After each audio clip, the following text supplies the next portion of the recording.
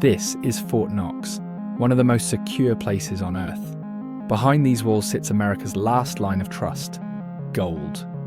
Hundreds of billions of dollars worth of it. It doesn't back your money. You can't redeem it. It never moves. So ask yourself this: why is something obsolete guarded like the most valuable thing on Earth?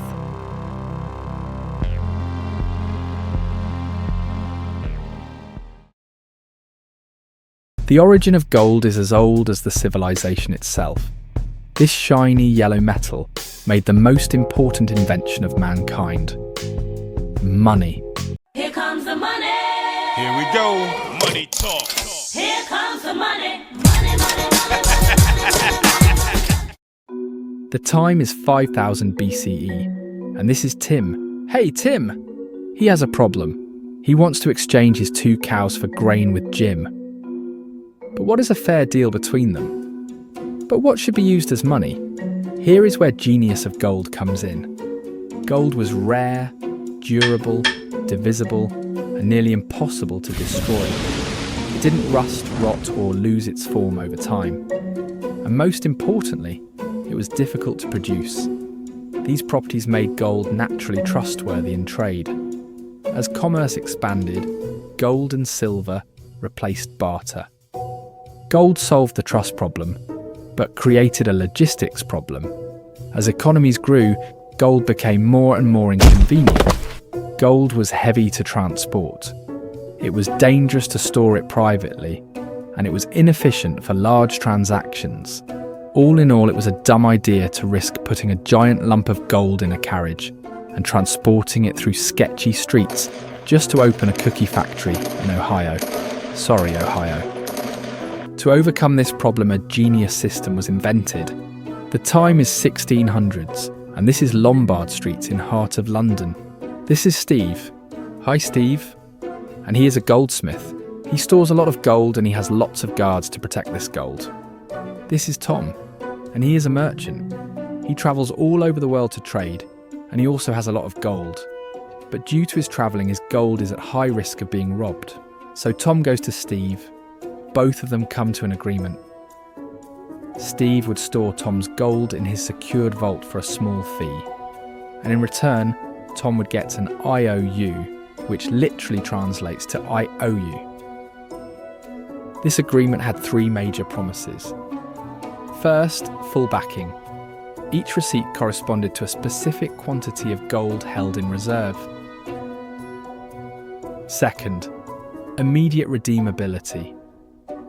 Anyone could exchange the IOU for physical gold at any time. Third, transferability. Instead of redeeming gold, people began trading the IOUs themselves. This was the breakthrough. The IOU became money because it was as good as gold. In the 1600s, reputation wasn't social, it was survival.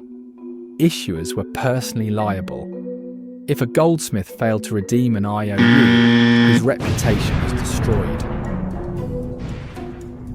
But systems don't fail because they are evil. They fail because humans are tempted. Steve, our goldsmith, noticed something critical. Most people like Tom almost never came back to redeem their gold. The IOUs kept circulating. The gold stayed in the vault. And that's when greed found its opening. Steve realised he could issue more IOUs than gold he actually held, as long as not everyone demanded redemption at the same time. He didn't create gold, he created claims on gold. With these extra IOUs, Steve could buy a luxurious carriage, or lend them out to some poor peasant, collecting interest for years. All backed by nothing but a promise. Now Steve is officially a big banker daddy.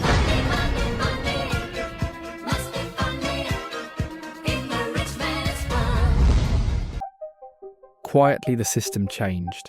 The IOU was no longer fully backed, it was partially backed. It worked, but the system was balanced on a tight rope of trust. Because if people ever discovered that the gold wasn't all there, and everyone demanded redemption at once, the promises would collapse, the vaults would empty, and the entire system would fall apart. That moment has a name: a bank run. In 1797, panic during war fears emptied the Bank of England. The government suspended gold redemption. Paper survived. Gold vanished from circulation. In 1907, US banks collapsed during the Panic of 1907. There was no central bank. Only emergency action by JP Morgan stopped total failure. That crisis directly led to the creation of the Federal Reserve. In 1933, Americans rushed to convert dollars into gold. So Franklin D. Roosevelt banned private gold ownership and ended redemption. And in 1971, foreign governments demanded gold for US dollars. France literally sent their navy ship to redeem their gold. US gold reserves began draining, so Richard Nixon closed the gold standard. The strength of a nation's currency is based on the strength of that nation's economy. And the American economy is by far the strongest in the world. Accordingly, I have directed the Secretary of the Treasury to take the action necessary to defend the dollar against the speculators. The dollar was no longer pegged to gold. It was now backed by a promise: future growth in the US economy. Gold is honest but rigid. It can't be printed or expanded quickly. When economies grow or crises hit, gold limits spending.